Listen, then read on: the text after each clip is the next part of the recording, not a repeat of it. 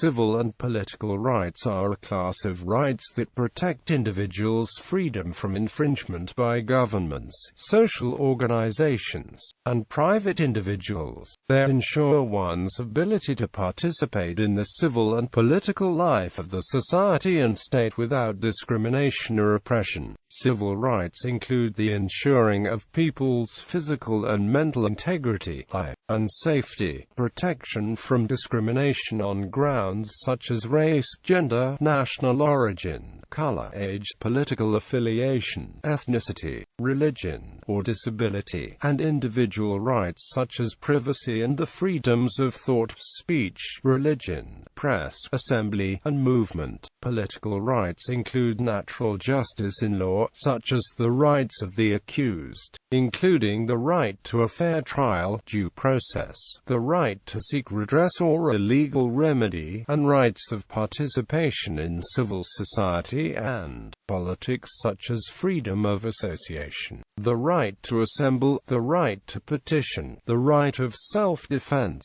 and the right to vote. Civil and political rights form the original and main part of international human rights. They comprise the first portion of the 1948 Universal Declaration of Human Rights. The theory of three generations of human rights considers this group of rights to be first-generation rights, and the theory of negative and positive rights considers them to be generally negative rights. History. The phrase civil rights is a translation of Latin ius civis.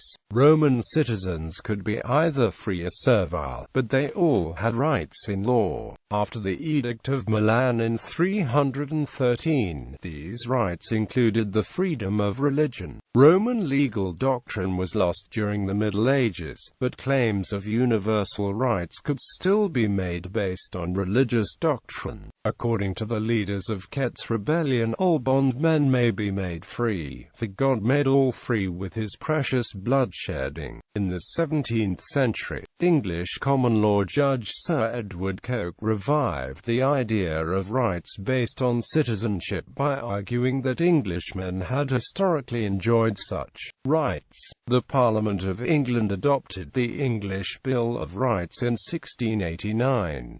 The Virginia Declaration of Rights by George Mason and James Madison was adopted in 1776.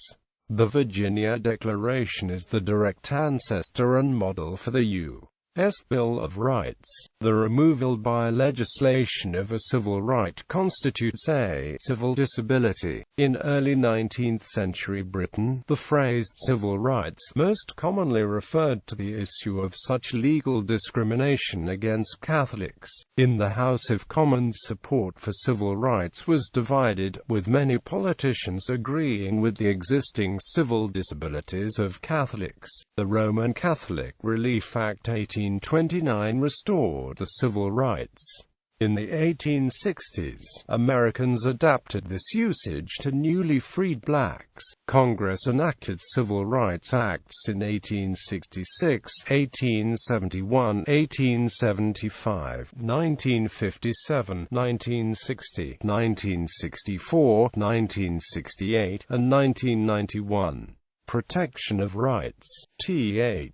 Marshall notes that civil rights were among the first to be recognized and codified, followed later by political rights and still later by social rights. In many countries, they are constitutional rights and are included in a Bill of Rights, a similar document. They are also defined in international human rights instruments, such as the 1948 Universal Declaration of Human Rights and the 1967 International Covenant on Civil and Political Rights. Civil and political rights need not be codified to be protected. Although most democracies worldwide have formal written guarantees of civil and political rights, civil rights are considered to be natural rights. Thomas Jefferson wrote in his A Summary View of the Rights of British America that a free people the rights as derived from the laws of nature, and not as the gift of their chief magistrate. The question of to whom civil and political rights apply is a subject of controversy. In many countries, citizens have greater protections against infringement of rights than non-citizens. At the same time, civil and political rights are generally considered to be universal rights that apply to all persons. According to political scientist Salvador Santino F. Regilme Jr., analyzing the causes of and lack of protection from human rights abuses in the Global South should be focusing on the interactions of domestic and international factors, an important perspective that has usually been systematically neglected in the social science literature. Other rights. Custom also plays a role. Implied or unenumerated rights are rights that courts may find to exist even though not expressly guaranteed by written law or custom. One example is the right to privacy in the United States, and the Ninth Amendment explicitly shows that there are other rights that are also protected. The United States Declaration of Independence states that people have unalienable rights including life, liberty and the pursuit of happiness. It is considered by some that the sole purpose of government is the protection of life, liberty and property. The right to self-defense is embodied in the Second Amendment right to bear arms. Ideas of self-ownership and cognitive liberty affirm rights to choose the food one eats, the medicine one takes, the habit one indulges. Civil rights movements. Civil rights guarantee equal protection under the law. When civil and political rights are not guaranteed to all as part of equal protection of laws, or when such guarantees exist on paper but are not respected in practice, opposition, legal action and even social unrest may ensue. Some historians suggest that New Orleans was the cradle of the civil rights movement in the United States, due to the earliest efforts of Creoles to integrate the military en masse. W.C. Claiborne, appointed by Thomas Jefferson to be governor of the Territory of Orleans, formally accepted delivery of the French colony on December 20, 1803. Free men of color had been members of the militia for decades under both Spanish and French control of the colony of Louisiana. They volunteered the services and pledged their loyalty to Claiborne and to the newly adopted country. But in early 1804, the new U.S. administration in New Orleans, under Governor Claiborne, was faced with a dilemma previously unknown in the United States, i.e., the integration of the military by incorporating entire units of previously established colored militia.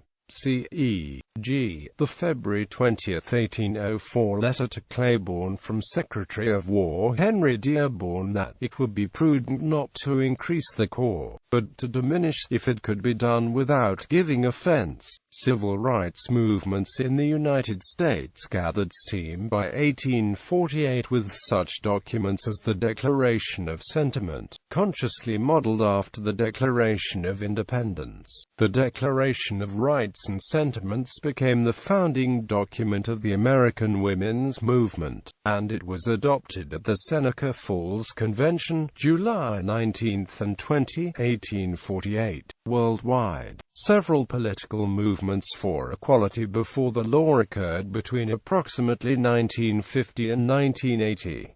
These movements had a legal and constitutional aspect, and resulted in much lawmaking at both national and international levels. They also had an activist side, particularly in situations where violations of rights were widespread. Movements with the proclaimed aim of securing observance of civil and political rights included the 1950s and 1960s civil rights movement in the United States, where rights of black citizens had been violated.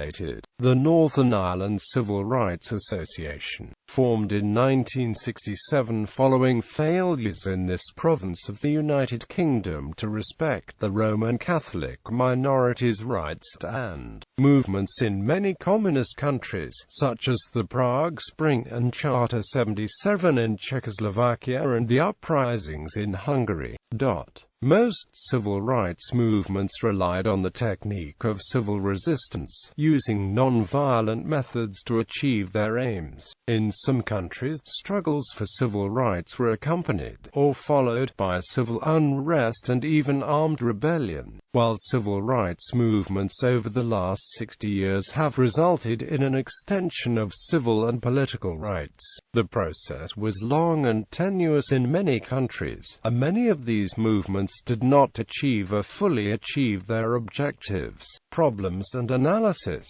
Questions about civil and political rights have frequently emerged. For example, to what extent should the government intervene to protect individuals from infringement on the rights by other individuals, or from corporations, e.g., in what way should employment discrimination in the private sector be dealt with? Political theory deals with civil and political rights. Robert Nozick and John Rawls express competing visions in Nozick's Anarchy, State, and Utopia and Rawls' A Theory of Justice. Other influential authors in the area include Wesley Newcomb Hofeld, Vanessa Holloway, and Jean Edward Smith. First-generation rights. First-generation rights, often called blue rights, deal essentially with liberty and participation in political life. They are fundamentally civil and political in nature, as well as strongly individualistic.